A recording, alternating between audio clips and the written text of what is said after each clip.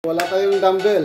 For example, wala tayong mga dumbbell, wala tayong mga gym equipment. So, pick up lang tayo ng mga gallons dyan sa ating gilid-gilid bahay. So, tulad nito. So, ang gagawin natin ay 1, 2, 3, 4, 5.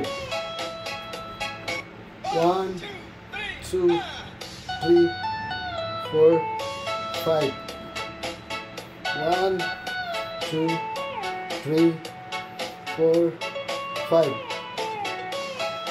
1, 2, 3, 4, 5. 1, 2, 3, 4, 5.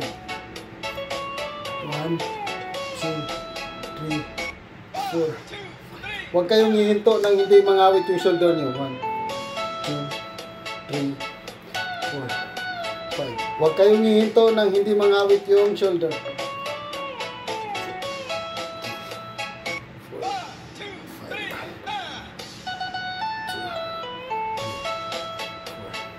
5. 1, 2, 3, 4, 5.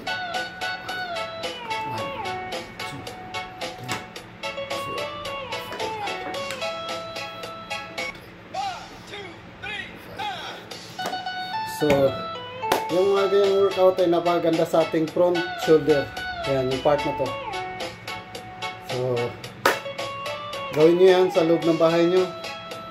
Tingin-tingin lang kayo ng mga matitibay na may bigat na kaya natin i-workout.